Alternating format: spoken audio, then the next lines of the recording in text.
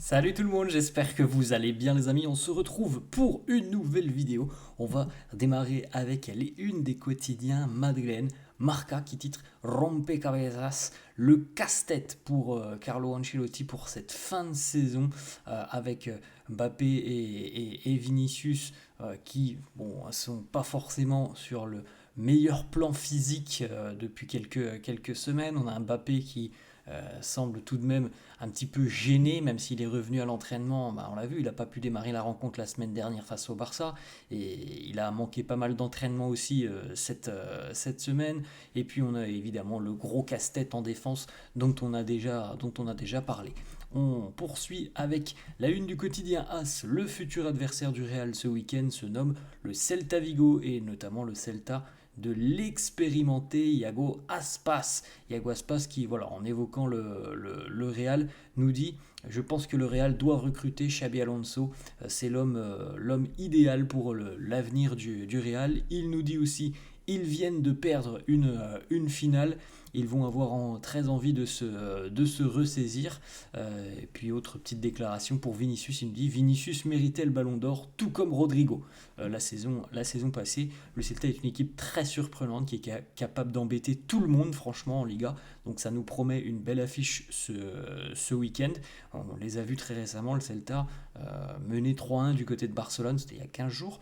Ils menaient 3-1 du côté de Barcelone à 20-25 minutes de la fin de la rencontre. Bon, ils se sont un peu écroulés sur les 20-25 dernières minutes et au final ont même perdu 4-3. Mais c'est une équipe tournée vers l'offensive. Le Celta, c'est toujours en général des matchs assez agréables à suivre parce que c'est une belle équipe qui joue bien au ballon. Donc c'est pas un adversaire qui va venir en posant le bus ce week-end. C'est pas du tout le style du Celta. On a quelques petites photos, les amis. L'entraînement de la veille, justement, on est en train de préparer cette rencontre face au Celta. On retrouve Vinicius à l'entraînement. Vini accompagné de Kylian Mbappé. Donc Mbappé est bel et bien de retour à l'entraînement. Est-ce que les sensations sont bonnes? On n'a pas d'informations là-dessus, les amis. En tout cas, il était de retour à l'entraînement et normalement, il devrait évidemment être titularisé ce week-end. Dani Ceballos, lui aussi, s'est entraîné avec l'équipe première, donc c'est plutôt une bonne nouvelle dans le registre des milieux de terrain. Dani Carvajal et Eder Militao se sont entraînés sur le terrain, mais évidemment pas avec le groupe. En tout cas, ils s'entraînent déjà depuis à peu près 15 jours, 3 semaines sur le terrain, en extérieur. Ils ont rechaussé les crampons.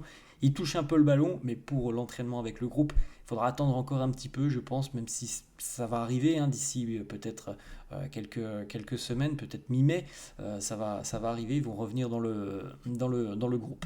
On a une petite information d'ailleurs selon le quotidien AS en ce qui concerne Eder Militao, il devrait être disponible pour la Coupe du Monde des clubs qui démarre, les amis, dans à peu près un mois, un petit peu plus d'un mois maintenant, puisque ça sera première semaine ou dans les 10 premiers jours du mois de juin. J'ai plus la date en tête, je crois que c'est le 10 ou 11 juin, le début de la compétition. Donc Militao devrait être disponible pour cette nouvelle compétition. Ensuite, on regarde cette petite information, puisque on le sait les amis, il y a quand même d'énormes problématiques dans le secteur défensif, et d'ailleurs le Real va devoir terminer la saison comme ça, avec toutes ces problématiques. Le Real va devoir jouer un Classico dans une semaine en ayant toute sa ligne défensive blessé. Le jeune latéral gauche espagnol marocain Youssef Lekedim, qui est surnommé Youssi, eh bien, il devrait être appelé avec l'équipe A. D'ailleurs, depuis 2-3 jours, il s'entraîne avec l'équipe A. Donc, il devrait normalement être appelé par Carlo pour affronter le Celta ce week-end.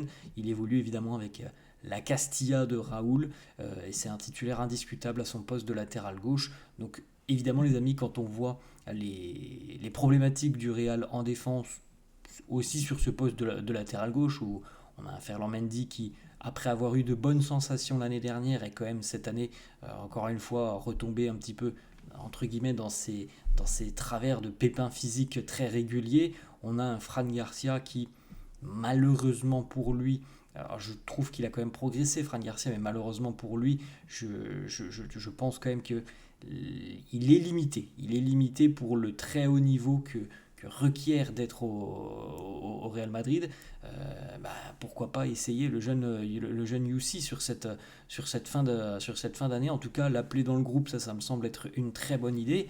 Et pourquoi pas même une titularisation, parce qu'on en dit vraiment du bien du côté du centre de formation du Real. Raoul aussi en pense énormément de bien du jeune joueur, donc voilà, pourquoi ne pas tenter quelque chose sur cette fin de saison, on verra bien.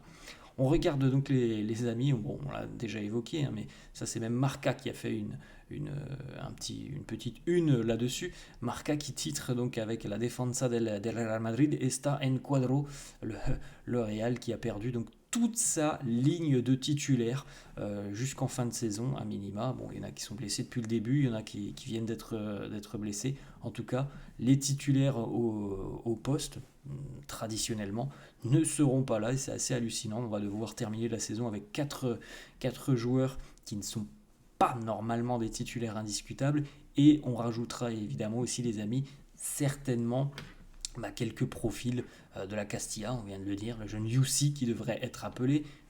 On pense même, les amis, que Jesus Valiero pourrait revenir dans l'équipe au vu des blessures à l'heure actuelle.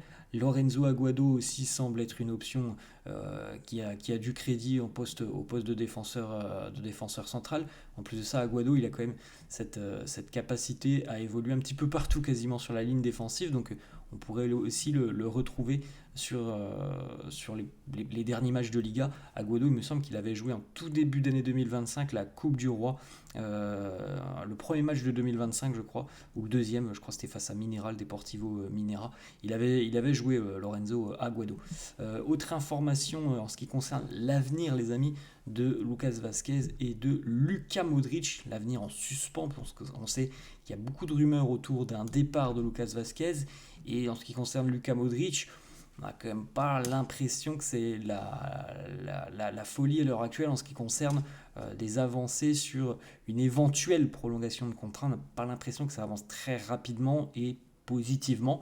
En tout cas, une chose est sûre, c'est que le Real va prolonger leur contrat pour qu'ils puissent être disponibles pour la Coupe du Monde des clubs et qu'ils puissent donc jouer. Donc à minima, leur contrat sera prolongé jusqu'au 13 juillet. C'est ce que dit la presse espagnole. Après, par la suite, ça c'est une autre question, c'est un autre débat.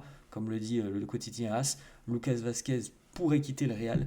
L'avenir de Luka Modric est incertain. Voilà, on n'en sait pas beaucoup plus aujourd'hui. En ce qui concerne Luka, d'ailleurs, le quotidien AS affirme qu'il va devoir réduire ses prétentions salariales si toutefois il a une prolongation de contrat qui s'offre à lui. Il faudra réduire ses prétentions salariales. On suivra, les amis, c'est un peu prématuré à l'heure actuelle de parler d'une réduction du salaire du joueur, alors qu'on ne sait même pas s'il y a véritablement des discussions en ce qui concerne une prolongation de contrat. Donc avant de parler du volet financier, essayons de savoir si Lucas va continuer. On a une petite information aussi qui concerne Arda Güler, donc la bonne nouvelle se confirme. Il est espéré pour Arda qu'il ait beaucoup plus de temps de jeu au milieu de terrain sur cette fin de saison, parce que Marca annonce aussi que Tchouaméni pourrait terminer la saison en défense centrale. Bon, ça ne va pas ravir le français, mais en tout cas, comme on l'a dit, Aurélien vient de remporter le deuxième trophée consécutif de joueur du mois, donc c'est l'un des joueurs qui est très en forme et qui fait vraiment de bonnes choses quasiment depuis le début d'année 2025, même si au début de l'année c'était pas terrible, il s'est très bien repris, donc il pourrait retrouver une place en défense centrale au vu des blessures, et ça permettrait aussi à Arda d'avoir plus de temps de jeu. Le futur du Real Madrid, les amis, Lorenzo Aguado, Jacobo Ramon, Youssef Lekedim, appelé Youssi, tous les trois devraient être appelés pour affronter le Celta. Joan Martinez est presque de retour de sa blessure, donc potentiellement la future défense du Real Madrid, ou en tout cas le futur, devrait s'appuyer sur ces 4 éléments. À voir, les amis, évidemment, comment se déroulera l'été. Il pourrait y avoir aussi des recrues du côté du secteur défensif. Et puis une dernière information, justement, ça concerne une recrue qui est suivie par le Real, le jeune Alejandro Carreras, latéral gauche du Benfica Lisbonne. Il serait ravi de retourner à Madrid, où il a évolué déjà 3 saisons au sein de la formation du Real. C'est un joueur, moi, que j'ai vu 2-3 fois cette année en Ligue des Champions. et que j'ai trouvé très intéressant. Voilà. Et très très dynamique sur son côté, très doué balle au pied, là, il se projette énormément vers l'avant. Donc c'est un profil qui est de nouveau suivi par le Real Madrid pour se renforcer sur ce poste de latéral gauche. Voilà les amis, la fin de cette vidéo, j'espère que ça vous a plu. N'hésitez pas comme d'hab à lâcher un petit pouce bleu. Merci à tous ceux qui le feront, je vous souhaite une très bonne journée et je vous dis à la prochaine. Ciao.